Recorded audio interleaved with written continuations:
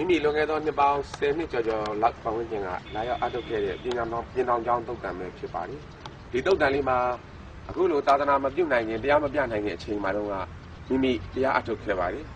်ဒီတုတ်တံတင်ញိုင်းဆိုတာကာမရာဂတွေကိုအင်မတန်နိုင်ပါတယ်ဘာကြောင့်လဲဆိုတော့လူတွေကွယ်လွန်တဲ့ရုပ်အလောင်းတွေရည်ပြီးတော့ပုတ်ပွားနေတဲ့ရုပ်အလောင်းတွေအခုလိုဒီအယိုးကောင်းတွေဒါတွေဟာကြည်ချင်းအဖြစ်ကာမဂုဏ်အာယုန်တွေကိုအင်မတန်မှနေပါစီပါတယ်ဒါကြောင့်မလို့ယောဂီတော်ကောင်းအားလုံးတရားအထုတ်တဲ့ယောဂီအားလုံးဒါမောဟတွေကြောင့်ဒုက္ခရောက်တာပါဒါကြောင့်မလို့ကွယ်လွန်တဲ့အခါဒါငါအယိုးကောင်းသူ့အယိုးကောင်းရဲ့လို့ဘယ်သူများပြောကျင်ပါသေးတယ်လဲငါအဖေငါအမေလို့ညင်းလို့ရပါသေးလားငါအဖေအရာရှိငါအမေအရာရှိဘယ်သူကပစ္စည်းဥစ္စာရှိတယ်လို့ဘယ်သူကကြွားကျင်ဝါကျင်ပါသေးတယ်လေဒါကြောင့်မလို့ဒါလူတအုပ်ရဲ့အယိုးကောင်းပဲဖြစ်ပါတယ်ဘာမှတန်ဖိုးမရှိတဲ့အယိုးနဲ့အရေဟာ32ခုတတာကိုပေါင်းရင်ဓာတ်တဘာဝဟာအယိုးနဲ့အရေပဲရှိပါတယ်ဒီအယိုးအရေကိုမိမိတို့မီးတင်းကြိုလိုက်တဲ့အခါကျရင်ခုလိုအယိုးကောင်းလေးပဲကျန်ပါတယ်ဘာများတန်ဖိုးရှိလဲလူလောကကိုရောက်လာတဲ့အတွက်မိတကြိုတဲ့အခါဒီလိုအယိုးကောင်းဘဝကနေပြီးဘာများအနှစ်သာရရှိအောင်ပါလဲယောဂီတို့ကောင်းအားလုံးတာရကယူပြီးကြည့်ကြပါသုတ်တန်သင်္ချိုင်းကိုတယောက်မဟုတ်တယောက်တနေ့မဟုတ်တနေ့လူတိုင်းရောက်ကြည့်ကြမှာဖြစ်ပါတယ်ဒါကြောင့်မလို့ဒီလိုဘဝမရောက်ခင်မှာဘာမှလုပ်လို့မရတော့ပါဘူးဒီဘဝရောက်ရင်ဘာမှလုပ်လို့မရဘူးယောဂီတို့တက်ရှိထင်ရှားရှိနေတဲ့အချိန်ကာလမှာအသက်ရှိနေတဲ့ထင်ရှားရှိနေတဲ့ကာလမှာယောဂီအားလုံးလောကရဲ့ကောင်းကျိုးတွေမိမိကောင်းကျိုးတွေအဆွေမျိုးကောင်းကျိုးတွေအားလုံးလုပ်နိုင်ပါတယ်အခုလိုအယိုးဘဝကိုရောက်သွားကြပြီဆိုရင်ဖြင့်ဘာမှမကယ်နိုင်တော့ပါဘူးသူများကယ်တာကိုပဲသာဓုခေါ်ဖို့အမျှပေးဝေတာကိုစောင့်ရတော့မှာဖြစ်ပါတယ်သူများကိုအာမကူပဲနဲ့မတည်ခင်ကကြိုတင်ပြီးတော့ကျင့်ထားစီခြင်းတဲ့အတွက်တစ်ချိန်တစ်ခါတော့လာရောက်ပြီးအထုတ်ပြီးတဲ့တုတ်တန်လေးမှာမှတ်တမ်းလေးကိုတင်းပြီးတော့ယခုလိုတင်ပြလိုက်ခြင်းပဲဖြစ်ပါတယ်တာရကကြည့်ကြပါတနည်းနဲ့တစ်ချိန်ချင်းဒီလမ်းဟာယောဂီတိုင်းသွားရမယ့်လမ်းပဲဖြစ်ပါတယ်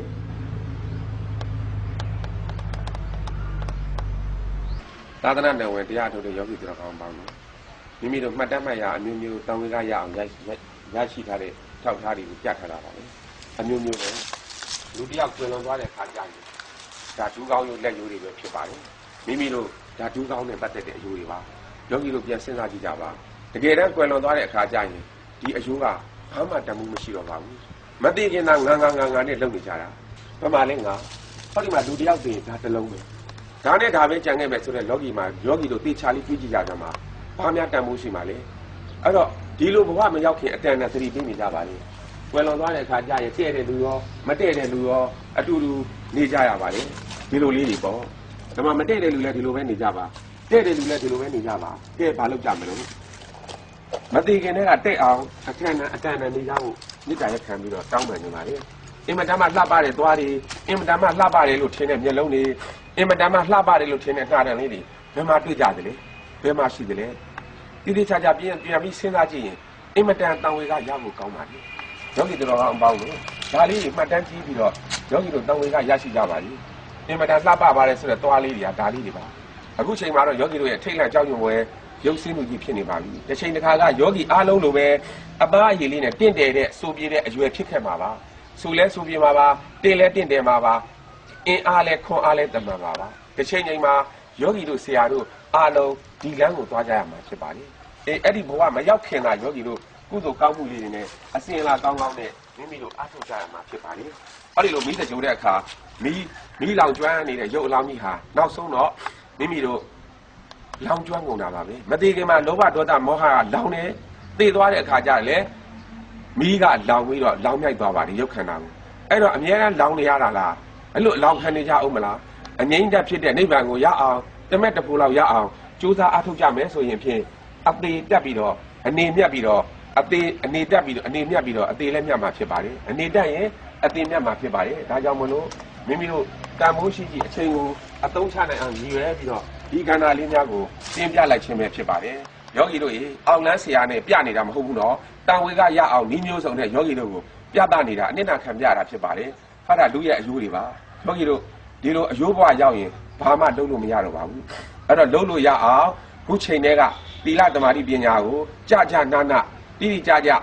ြအချိန်ကိုအကုန်မခံပါနဲ့ရရှိတဲ့အချိန်ဆိုတာခဏလေးဆိုတာတန်ဖိုးပဲဖြစ်ပါတယ်တန်ဖိုးရှိအခုလိုအယိုးဘဝကိုမရောက်ခင်ကြိုးစားပြီးအားထုတ်ကြပါလို့တိုက်တွန်းလှုံ့ဆော်ရင်းနဲ့ဒီခန္ဓာလေးကိုတင်ပြလိုက်ခြင်းပဲဖြစ်ပါတယ် သာဓု သာဓုသာဓုသာဓု 17:40မှာဒီလင်္ကာလေးကိုဆက်ဖြစ်ပါတယ်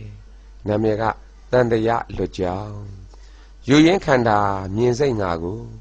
ဉာဏ်ပါမျက်စိတက်၍ကြည့်မှတိမ်တခဲနဲ့ကြည်ရင်ပြတ်သို့တွတ်တွက်ခါခါမြင်ရပါလျင်မလိုခြင်းမုံခန္ဓာတုံးကိုချုပ်ဆုံးသည့်အထိရှုမှတ်ကြည့်ပေါ်စေယုံနှံချုပ်ပြောက်ဟန်တရံပေါ်မှုဉာဏ်ဖြင့်ရှုတံဝေကယဉ်တန်ပွားများ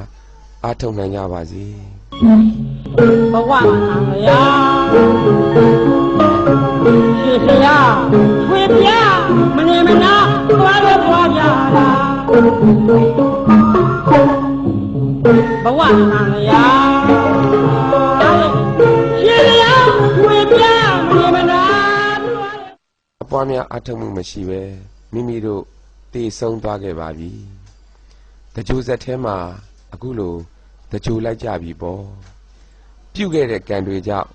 ယခုလိုဘဝနဲ့ခန္ဓာတစ်ခုရရှိခဲ့ပြန်ပါပြီခန္ဓာမစဲဆင်းရဲခြင်းဒုက္ခတွေခံစားကြရပါလေအောင်မယ်ဒီယုတ်ဒီနာကရရှိတဲ့အပြစ်တွေကို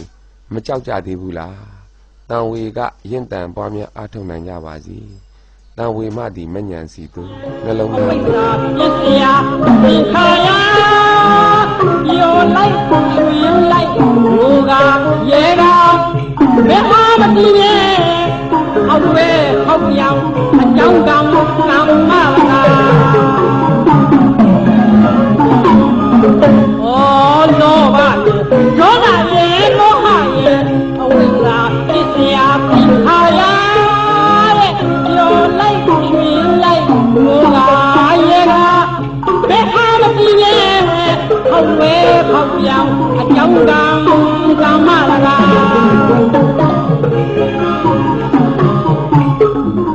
တွေ့ကြုံဟုတ်ပဲခင်းငယ်ဝမ်းငယ်ဝမ်းပါဝိပံလာဖြစ်ချင်လာလဲမဖြစ်ရပါမဖြစ်ချင်ပါလဲဖြစ်ရမှာအော်ဖြစ်ချင်လာလဲမဖြစ်ရပါ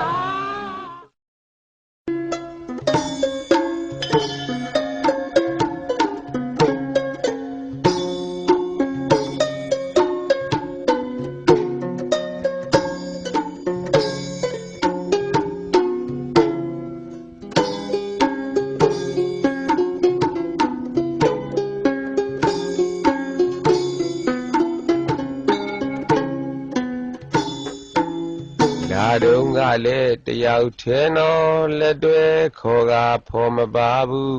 ဥစ္စာချီနီတကိုယ်ဒီပြန်သွားတော့လေတယောက်ထဲတော်လက်တွဲခေါ်ကဖော်မပါဘူးဥစ္စာချီနီတကိုယ်ဒီလာပြီးတော့နာမသွားသေးခင်အချိန်ကလေးတွင်မှဝန်းကျင်ရှက်နွယ်နှောင်ကြိုးသွဲကြပြုံးရဲ့မဲ့ငိုချင်မုန်းပူကြမလူဒေါသလူလောဘနဲ့ဘဝရိပ်မြုံကာကြိုးစုံခဲ့ကံကုန်မိုးချုပ်လက်တွဲဖြုတ်ခါတုတ်တုတ်စောလျင်ခရီးနှင်သည်ဒိုများဧည့်သည်ဘာတကားတန်ဝေကယဉ်တန်ပွားများ